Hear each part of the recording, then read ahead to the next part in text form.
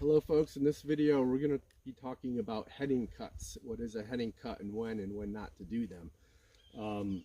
In most cases you don't want to make heading cuts, but there are certain cases where they could be beneficial and it's okay to make them without throwing the tree way out of balance. Okay, so what do I mean by a heading cut? A heading cut would be something where you would come back into a branch like this and cut it off like that. Okay, and a lot of times we don't want to do that because when the branches are growing vertically up like this, it will when you cut the tip off, it removes a source of where auxin is made, and auxin is a plant hormone that suppresses lateral bud break. So when you remove that auxin source, you get all these breaking out, and it turns into like a witch's broom, as they call it. Okay, all right, so like for something like this here, I'm going to give you two examples where you would not make cutting cuts in what you would do. In this branch here, you could see it's actually, I want to keep this branch because it's going to fill in this space here. And you might think, you know, oh, it's growing upright, I'm going to come back in and cut it like that. But I just want to point out a few things. One, there are these spur buds here, and those are actually fruit buds, so there's going to be apples there.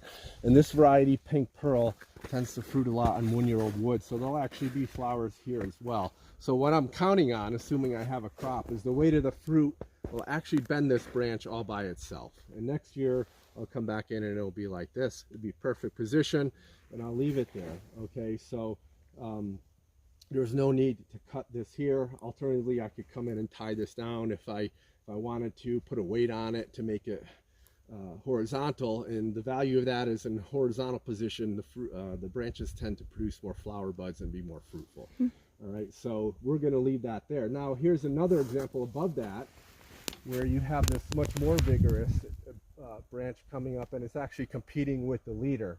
Okay, so again, you don't want to come in and like say cut right in the middle there. It's like, okay, I solved the problem because now it's shorter and it's not competing with the leader. Actually, you're going to create a bigger problem.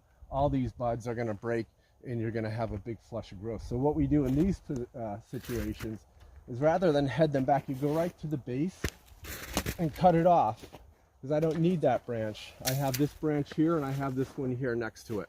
So problem solved. That's what we're going to do on this tree here.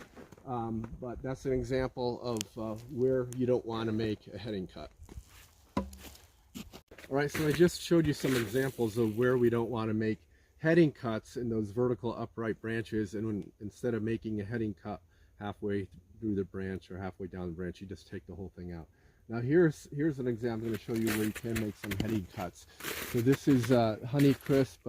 These are on M9s, and you can see they're in a very fruitful condition, very low vigor as this variety tends to be, but it's getting a little hairy. It needs to be trimmed back, because what happens is you get fruit on all of those buds there. It's going to be too many, and they actually break the branches off, and that's happened before. So in this case here, I'm going to do some heading cuts because I want to, for a couple reasons. I want to maintain the pyramidal shape of the tree, the conical Christmas tree shape, but I also want to reduce some of that bud load, that fruit load, so I can reduce the crop load on the tree so it's not excessive. And so what I'll do in these weaker branches is I could come back and I will just head them back.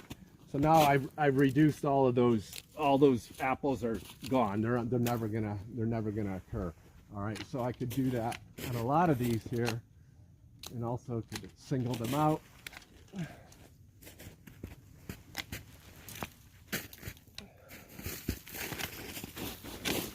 So where all these branches are growing flat, I am not going to overstimulate the tree's vigor,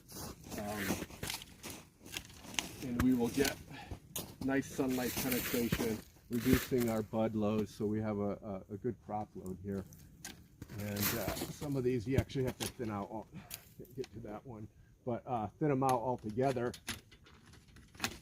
because there'll be too many still. So we're going to do that on all these trees here. If I could take out that branch above that's sticking out. But that's an example where heading cuts can be used in situations, and they're actually quite beneficial. So remember, low vigor, flat growth, a lot of flower buds, and the key is to get a crop again, because if you don't, then that energy is going to go into the vegetative growth. All right, thank you for watching. So to demonstrate what I was talking about as far as making heading cuts in weaker wood or branches that are growing horizontally and have a lot of fruit buds on them, I want to illustrate the point here. This is actually from last year. So you can see on these branches all around here, I had made heading cuts, okay? And you do not see this very vigorous regrowth. You can see they are relatively calm still, even though I headed them back. And it's because, again, the branches were flat and they were horizontal, and also because they were fruitful. They produced a really good crop last year. So the fruit ends up being the sink for all the tree's energy and resources rather than going into vegetative growth. Now, it is a bit of a risk if you don't have a good crop. The tree has to put that energy somewhere, and a lot of times that does go into the vegetative growth. So the key to that is to keep good annual cropping on your trees. But again, I headed these back here rather than take them all out because I want fruiting branches, but I want to maintain the pyramidal shape of the tree for this planting system that I use, this French vertical axe. And you can see that we do have that nice shape here, the longer, wider scaffold branches at the bottom, and it gradually tapers off and gets smaller at the top. Cut this one back here. And you can see that's how we maintain that nice shape. But again, on the, this is a situation where a heading cut is perfectly fine. So hopefully that makes sense. Thanks.